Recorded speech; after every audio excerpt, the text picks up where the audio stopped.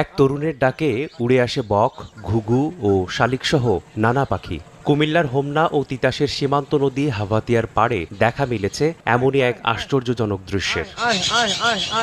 জানা যায়, স্থানীয় বাসিন্দা আবুল কাশেম ভূঁইয়া ১৯৯৩ সাল থেকেই পাখি ও প্রাণী পরিচর্যায় যুক্ত।